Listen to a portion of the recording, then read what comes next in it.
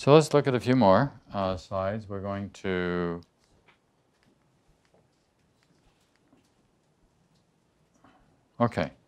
we fulfill our true nature when we follow the Tao, is another way to talk about this, the ordinances of the universe. In Course in Miracles terms, we could call it right-mindedness. You know that the Course draws us in between right-mindedness and wrong-mindedness, which is another way of talking about whether we're thinking in alignment with the ego or whether we're thinking in alignment with spirit. So right-mindedness, the Course says, is the voice of forgiveness and reason, consistently choosing the voice for God over the ego or wrong-mindedness. So if Dharma is the path, the way, and karma is what we think, say, and do, to awaken, actions must be based on Dharma, or in Course in Miracles terms, God's plan for salvation. So let's talk a little bit now about God's plan for salvation.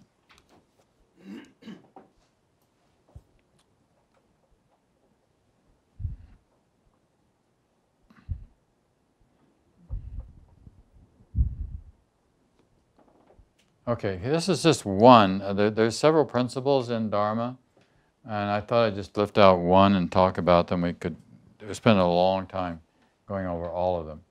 But one of the basic principles of Dharma is akrota. Is that what you would say that? Akrota? Which the syllable means not.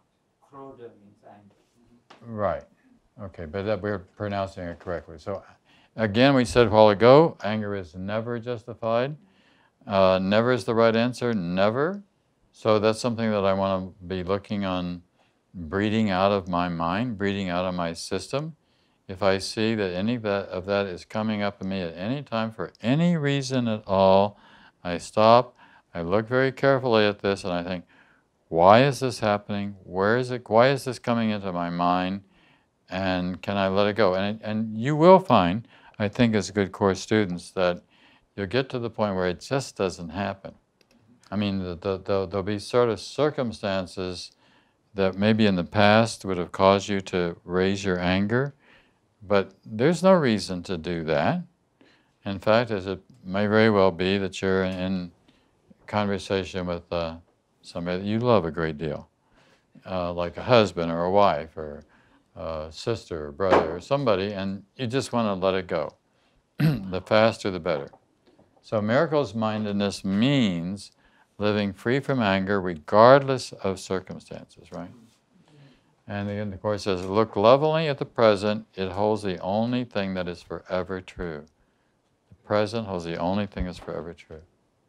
All right? And let's talk a little bit more about God's plan. Whoops, I went the wrong way.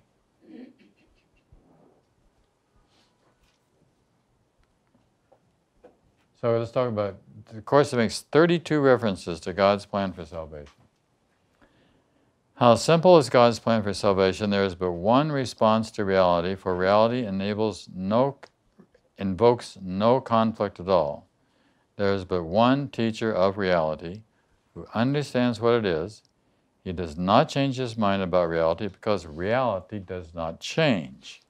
There's no change in heaven. There's a lot of change in the world, but there's no such thing as change. There's no such thing as choosing in heaven. I think that's really hard for us to understand in terms of what that means, but we rest on the faith that that's true. There's a line where it says, there's nothing but that which shines and shines forever. That sounds kind of boring, but I don't know. We're promised that it's not boring at all. It's actually quite the opposite of boring, right? Although your interpretations of reality are meaningless, in your divided state, his remain consistently true. So, you know the analogy that I've used, and I'll use it one more time, largely for folks that may be watching this on YouTube, because I know I've shared it with you before, but it's a really good illustration. this really does work exactly like GPS, God's plan for salvation. By that I mean it's as though when you're driving with GPS, just think for a second about how it works. You take a little black box, you punch in your intended destination. If you're in Anchorage, Alaska, and you live in New York City, you just hit that little button. This little box makes contact with 4 silver and gold angelic beings. Well, that's what they are. Do you know where the word satellite comes from? It means heavenly messenger.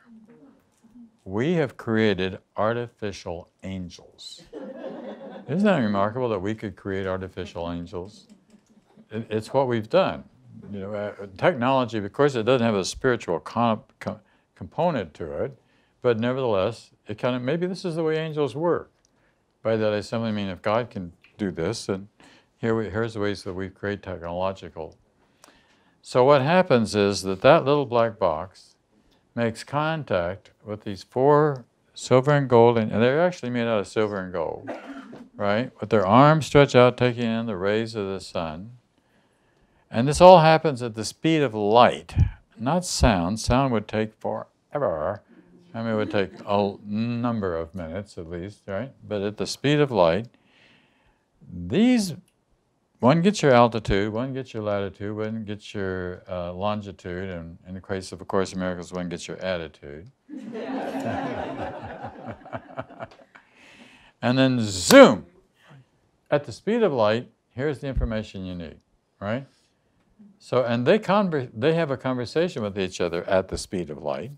And you think about the fact they're actually having these conversations about many thousands of people in many thousands of automobiles traveling all over the whole planet.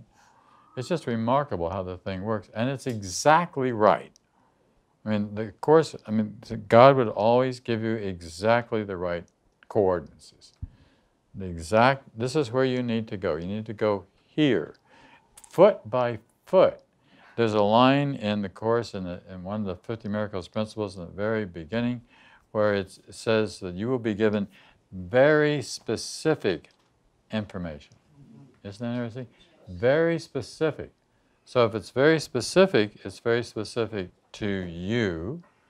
At the same time that it's very specific to you, when I wrote this book that's over there called Listening to Your Inner Guide, I ran around for a couple of years thereafter giving talks on listening to inner guidance or doing workshops on listening to inner guidance. I would have people tell me about the experiences that they had where they felt as though they had received some kind of direct inner guidance. And I always noticed that they were very simple, very direct, and very, very clear. It could be a very short little answer, like a guy who's walking out of an office building where he just got fired says, "Help!" And he hears, I just did help you. You just got help, you know. So it can be, or you've done nothing wrong, or haven't I always taken care of you, or just keep loving her. These are just some of the things that people, very simple, very clear, so that the direction isn't anything complicated. So, but this is the way it works, and it's working for every one of us, every single second of every single moment. Let me go back to this. Who understands what it is? He does not change his mind about reality because reality does not change.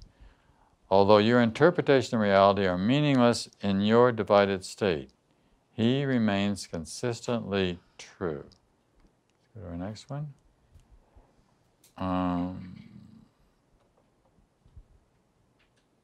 Oops. Okay.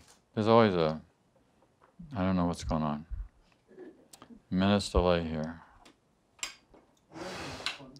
Pardon? I am on the next one. God's plan for salvation works simply because it's by following His direction. You seek for salvation where it is. Holding grievances is the opposite of God's plan for salvation. It's the opposite. So that's, again, it's like anger.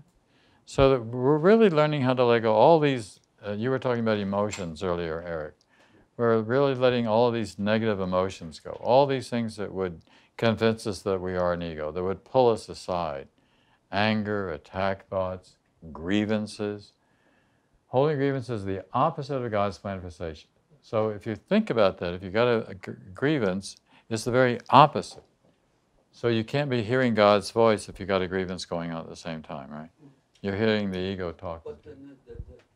What you need a mic. There's just that other little problem underneath that, which is if you're spending a lot of energy suppressing, if there's something blocking that, and if I've lost the thought, never mind. Well, I think I know where you were going. So anyhow, it's still a matter of letting it go. Yeah, I totally agree with you, but Right. But you can't.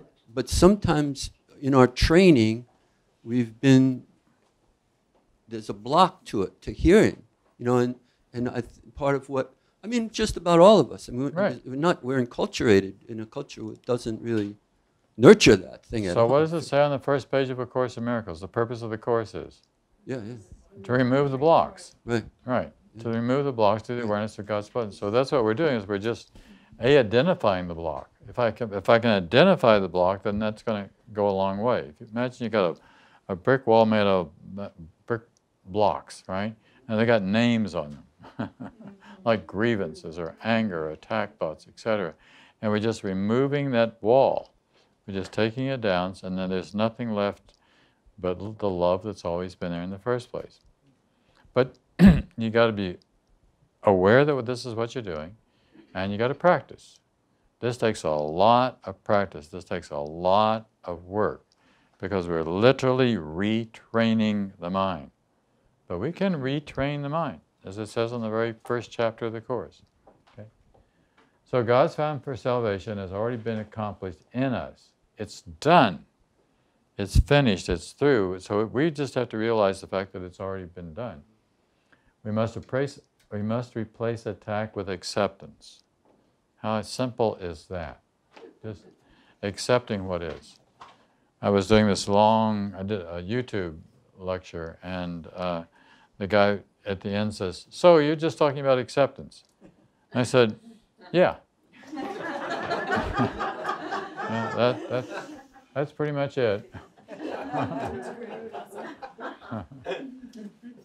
It's hard to understand what the kingdom of heaven is within you really means. This is because it is not understandable to the ego, which interprets it as if something outside is inside. This doesn't mean anything. The word within is unnecessary. The kingdom of heaven is you. You are the kingdom of heaven. And we're going to have another quote here in a moment, which is going to amplify that even more. We can't see it because it is us, not the body, but the mind, which gives us life.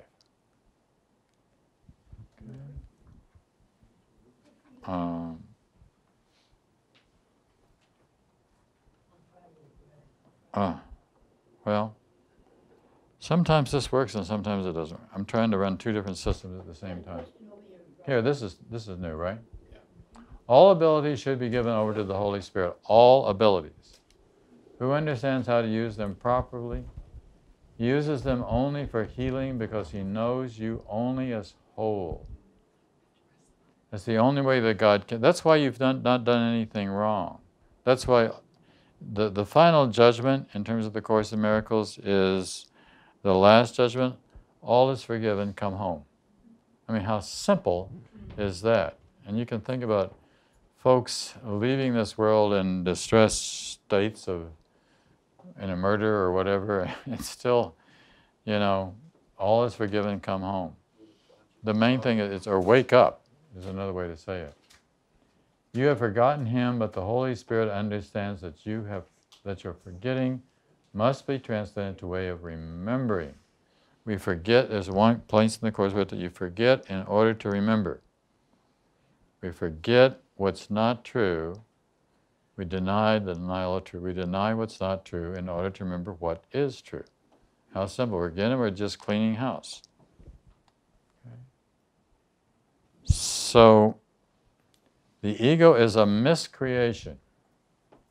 It's an interesting word, miscreation. It often comes up in my spell checker as incorrect, but it's actually a word. Miscreation is a distorted form of creation. In Genesis it says, "For dust you are, and to dust you will return." That's the body. Just as the body turns back into the dust from where they came, so all egos disappear back into the nothingness from which they arose. Thinking that ego is real leads to the dreaming of the world. So what we're really doing is we're waking. That's when we talk about waking up. We talk about a lot about waking up. We're talking about stopping the dream. Stop dreaming. Or another way that it gets talked about in the Course, it, of course, has a lot to say about fantasy. So it's stopping the fantasy. Fantasy is a distorted form of seeing and being as well, right? Fantasies are not true. They're not realities. And even when you try to act out a fantasy, that doesn't work either, right? And let's go on. So the primary goal of the mystic, really, that's everyone. I think everyone really qualifies as a mystic. Just as the same, but when you hear folks say that they're atheists, not really. That may be an idea that they have. They may have entertained that idea. They may have intellectual support for that idea. But the truth of the matter is, as the old saying goes, there's no atheists in foxholes. And if we get into a desperate situation, we're going to say, God, help. You know, help me get this right. We're going to be praying at that time, right? But John, there's an answer to that. Oh, right, you need a honey, you got to have a mic. Oh, You got to have a mic. oh, right, I'm sorry. The Lord helps those who help themselves. Right. That's your... That's the point. Sure. We keep on saying help, help, help. And he's trying to say, it's within you. You got to do it. I mean, Right. I really think we're dragging our fannies around rather than assuming what we're being told in the Course consistently, that we've already arrived. What's the matter? What's the matter with us? No, seriously, I don't... I got it. Yeah, I know you got it, but I'm wondering about us. That's why we're here. Yeah, you got to put it into practice. You got to actually do it. You got to make it real. And by making it real, then it is real. Right? So we don't get angry. We don't attack. We don't have grievances. We don't get offensive. Right? We don't get upset. What are you going to get upset for? Things. This is all part of insanity. We're learning how not to be insane. We're just learning how to be. That's one of the things that Jordan Peterson talks about a lot too. He talks about moving from chaos to order. We're learning how to move from a chaotic mind to an ordered mind, literally an ordered mind.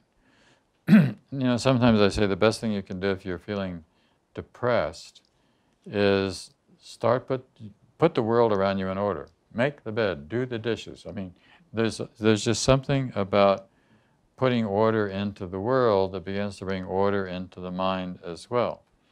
And it's the same principle that's operative here. We're just moving in the right direction and not regressing. So where did I leave off? Knowledge precedes both perception and time and will ultimately replace them. That's very interesting. Will ultimately replace them. Okay. There is a kind of perception that the Course talks about which is called true perception. But true perception is the point at which we cross over. I think I got a slide coming up about that. That we cross over into knowledge. We're now so close to knowledge that knowledge becomes available. Fear God and keeps His commandments becomes know God and accept His certainty. And here's the crossover.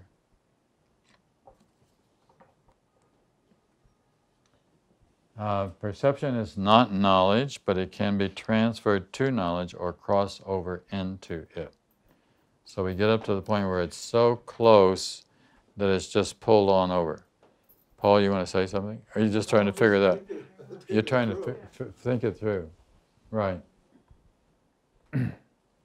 You're right there at the edge. You know, all your research and all your science and all your perceptual work now gets you to the point of knowing.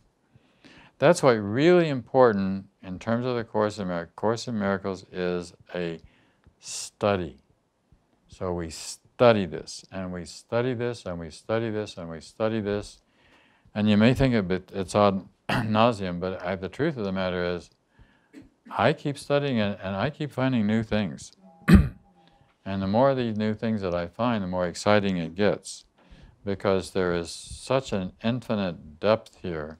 If we're going all the way home, if this is getting me back to enlightenment, then I'm going to keep moving in this direction until I am home, until the enlightenment has occurred. So how do we come to know? And sorry about this, I got Jesus speaking here. Shame on me, all right. This is the Christ mind speaking. I kind of like it better too. It takes away the physical dimension to it. I can tell you what to do, but you must collaborate. That's part of what you're saying, Shanti. You must collaborate. You mean we must work together on this, right? By believing that I know what you should do. Only then will your mind choose to follow me. A lot about choice here. You got to be convinced that, as a matter of fact, this is the right answer. God does know, and God knows what you need to do. Right? How could that not be true? That's where we're lacking in faith. If we're lacking in faith, then we don't trust. Both of those are characteristics of a teacher of God. Without this choice, you could not be healed because you have decided against healing. Why would we decide against healing? Well, we do, because if we want to hold on to our anger or hold on to an addiction, for an example, you can't let the addiction go, then you're choosing against yourself, right? I was just with a friend out in Texas who's given up drinking and now chain smokes. So we trade one for another, but that can be freed up too. The fact that you do one means you can do another, right? And do another and do another. So actually you want to live a life where there's no addictions, right? Actually, I was talking to a guy on the phone yesterday. He said he was addicted to work. And I said, well, if you're going to have an addiction, in his case, it had made him wealthy. But now he's got enough that he can give it up.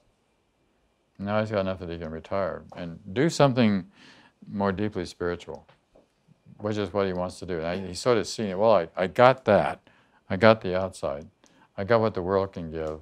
Now let me say goodbye to it and find another direction for my life.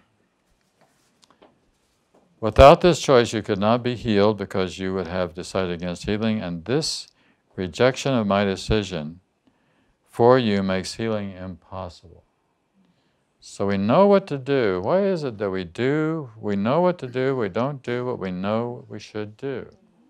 It's so very clear, and sometimes you'll nag yourself about that one, right? Right. So this lesson 138 says, heaven is a decision I must make. Underline the word must again. Whenever you say that I must make it, heaven is a decision I must make. And then think, I make it now. Right?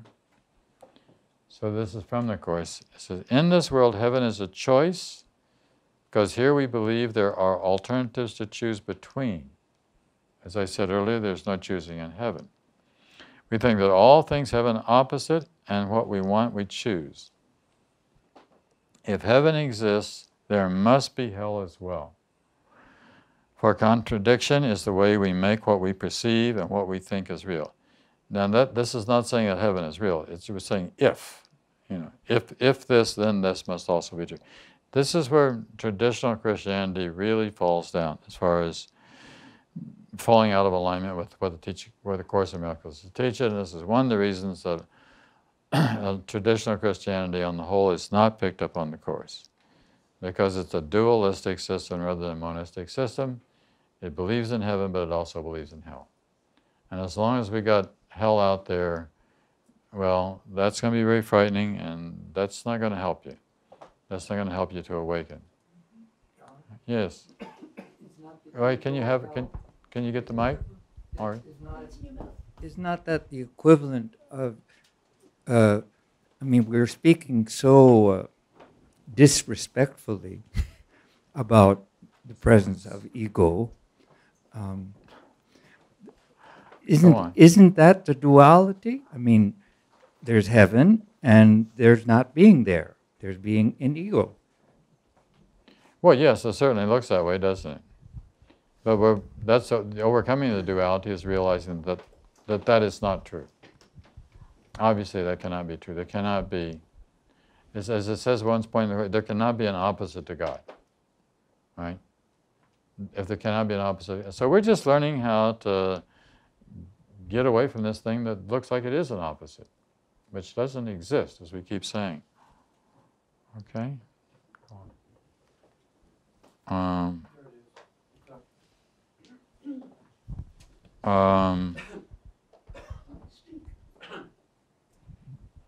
Okay, well, let's do this one. As you come closer to your brother, you approach me.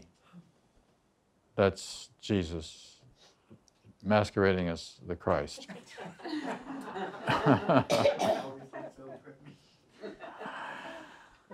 And as you withdraw from him, I become distant to you. Salvation is a collaborative venture. This is we were talking, Courtney, it was you in the car coming over, about the lonely, being a lonely path for the mystic. Yeah, maybe in the beginning there's some parts of that, but when you study the Course, what it is that you can only get into heaven holding on this hand, the hand of somebody that you're helping, on this hand of somebody that's helping you. We must understand that this is a collaborative venture.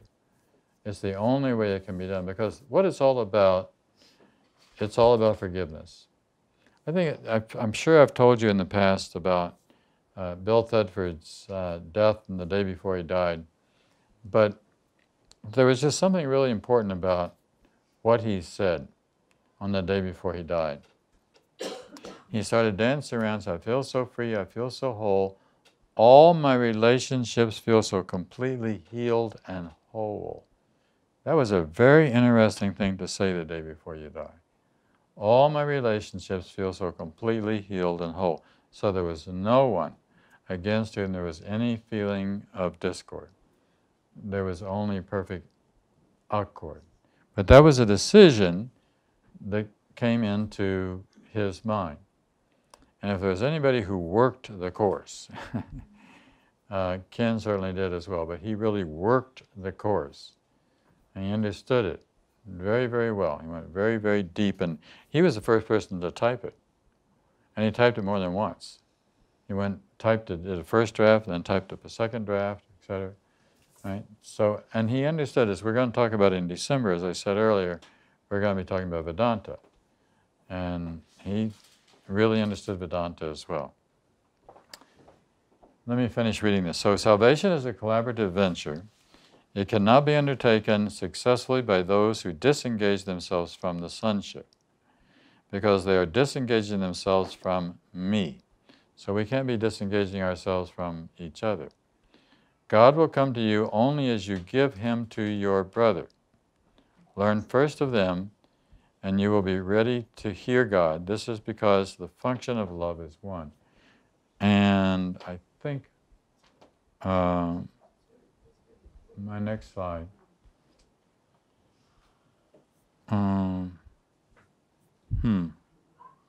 Okay. So this is from lesson 295, just the top part, and then the second part with the line after the line. This is from 16, chapter 16. As I am saved, the world is saved with me, for all of us must be redeemed together. And I love this piece this is from chapter 16. Read Bridge to the Real World section. It's a really good description of what happens when we die, literally, when we die. So, let me read this to you. Across the bridge, it is so different. For a time, the body is still seen, but not exclusively as it is seen here. the little spark that holds the great rays within it is also visible. You could sort of think of the little spark as kind of like just this tiny little pilot light, right? And the great rays is the sun. Once you cross the bridge, the value of the body is so diminished in your sight, you will see no need to magnify it. For you will realize that the only value the body has is to enable you to bring your brother to the bridge with you and to be released there together. What does Bill say the day before he dies? All my relationships feel so completely healed and whole. There's no unfinished business anywhere. And it's simply done because all you did was let go. I've also said in the past, you get into heaven, as I said, holding on this hand, the hand that somebody that you're helping, on this hand, the hand of somebody who's helping you.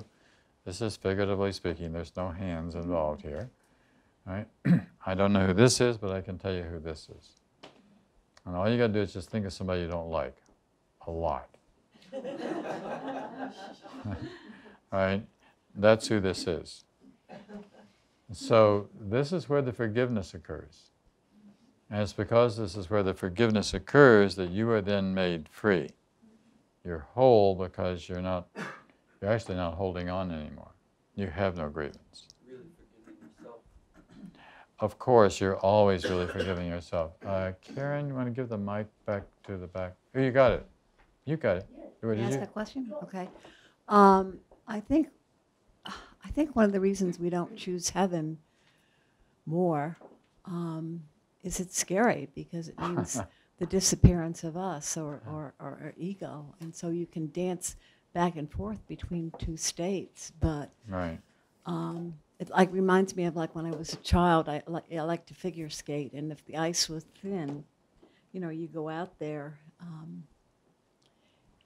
So why wouldn't we choose heaven? Yeah, it's really, really beautiful, but it means evaporating, disappearing, and that's scary to the ego.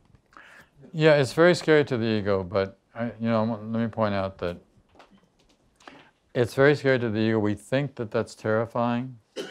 Well, we don't realize that on the other side of that is the self that we really are, and the self that we've always been, without the masks, without the pretense, without the stuff that we made up along the way. So it's really a perfect analogy is that it's like waking from a dream. So as we awaken from the dream, then we look back on the story. The story is something which happens in time, by the way, and there's no time, so there's no story, but it looks like there is. I think about the fact that we all have, psychologists say, about 8 dream cycles per night, and there's almost 8 billion people on the planet, and so there's 64 billion dream cycles, and none of that means anything ever.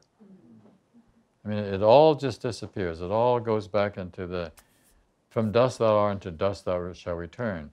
Well, that's also true in terms of the illusions that we carry into the world.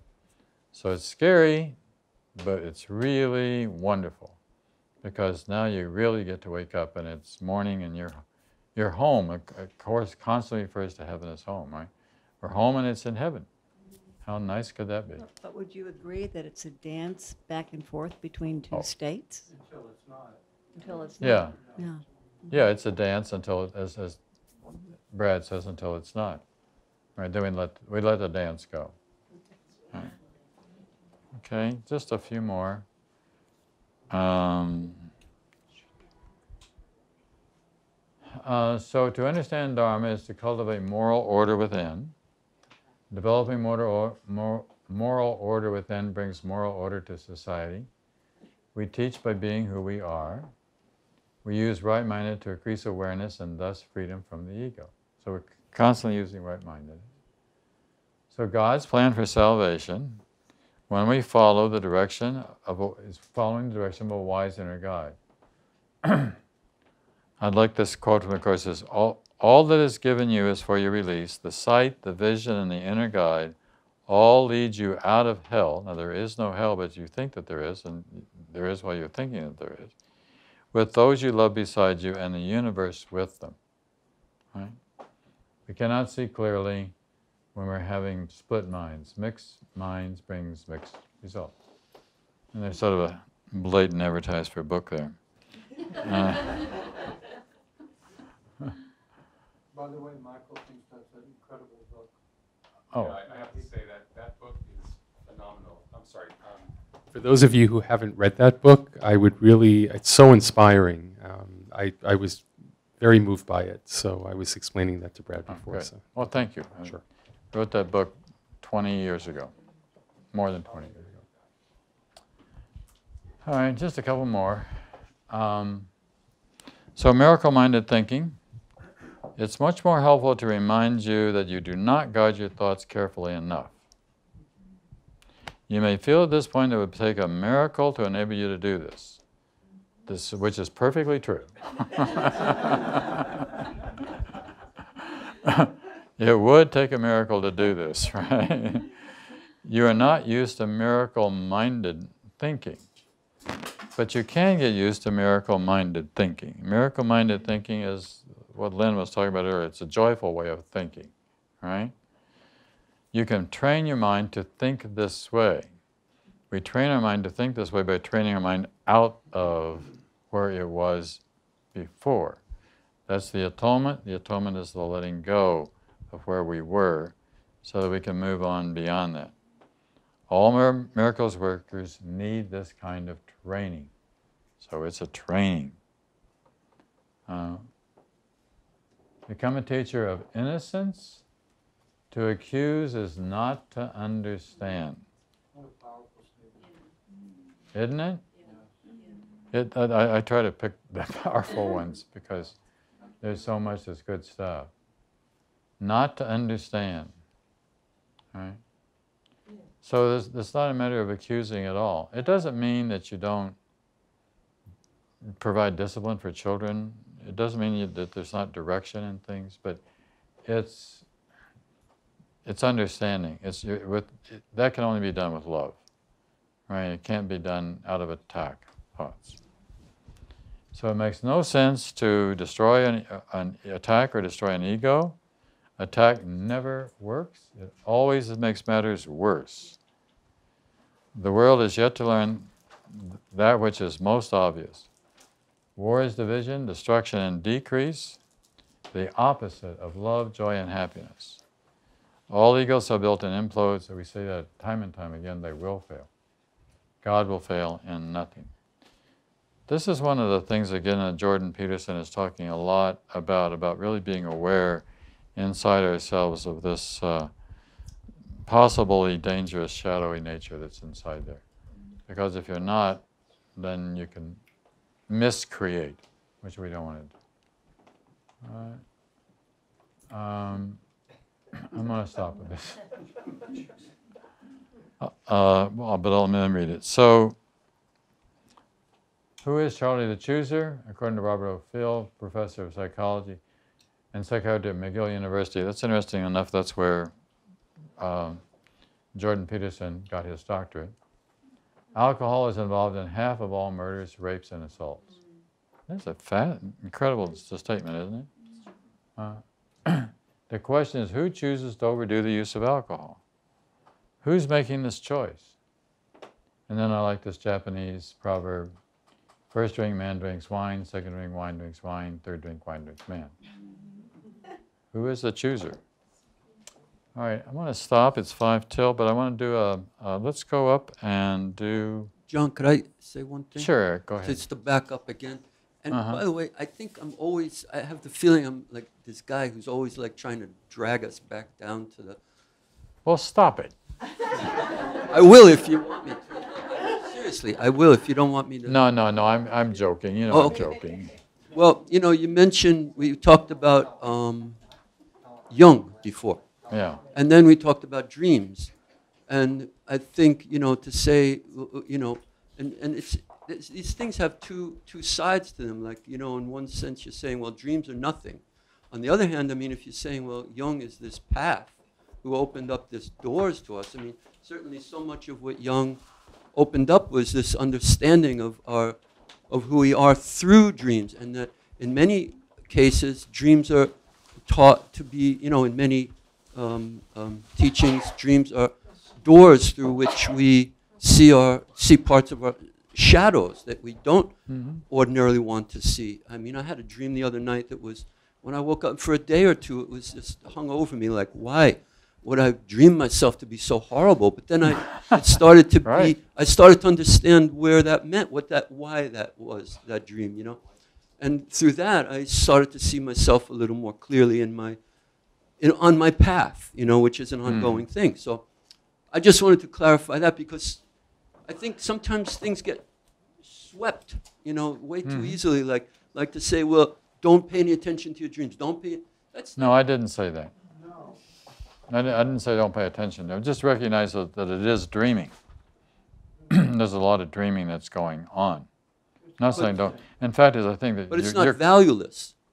No, and you're quite right about that's a really good place to look at the shadow. Yeah. Because as you said, you had a dream in which you did something that you wouldn't do. Right. I mean, under normal circumstances, this would not occur, right? Hopefully. Yeah, hopefully. Did anybody ever have a dream that they killed someone? I was killing people.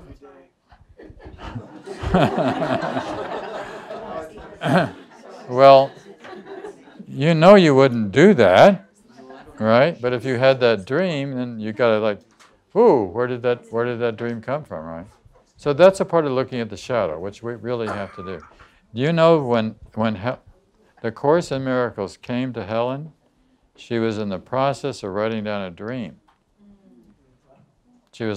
Bill encouraged her to write down she had very vivid dreams and visions, and she'd write them down, and in the middle of writing this down, this is a Course in Miracles, please take notes. Comes in, right? So, all right, I'd like for us to do the, all right, one thing. It's important to remember that the Course doesn't make any distinction between nighttime dreaming and daytime dreaming, that it's continuous.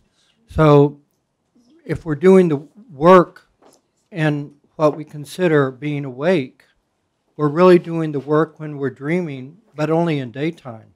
Are we doing the work in nighttime dreaming? Really asking for help before we close our eyes at night, for guidance, and paying attention while we're asleep at night. Like to wake up from a nighttime dream and think, wow, I asked for help in nighttime, that's as powerful as if we're doing the work in daytime. The dream itself is meaningless. There's no value in the dream. Right. But the value to the dream is to take what's in the dream so we can resurrect from it. You can't get to the resurrection without the crucifixion. So the dream only holds value in per se that we're using it to resurrect. Very good, Brad. Actually, what the Course says is your nighttime dream and your daytime dream have a different form. That is all. That's all there is, just a different form. Right, right. But it's still a dream. Yeah, right. It seems like the daytime dream is more real, but yeah, I'm sorry, but you need that. Could the Holy Spirit speak to us in our dreams? Yes, of course. The Course says that. Yes. In fact, it says that the Holy Spirit is working with constantly, all the time, 24/7. There's never a time, including within your dreams, including while you sleep. I don't think it says in your dream while you sleep. So that would be another. There may be something else going on that we don't know about, right? A kind of communication. Dreams could also help you interpret what's going on in your life Sure. by these messages. Of course, and that's where we should really pay attention to them, especially if you have one like Eric had. By that I mean, one of the shocker dreams. Yeah, right. Okay, I want to go up and, I want to share this. We can go over a little bit. We used to go to 4:30. We changed it to 4, but we're not going to go much past. I'm going to share this one with you because this is really good. You are, and I put R in caps, the will of God. Do not accept anything else as your will, or you are denying what you are. Deny this and you will attack, believing you have been attacked. But see the love of God in you, and you will see it everywhere because it is everywhere. Isn't that that's kind of a nice benediction for today, right?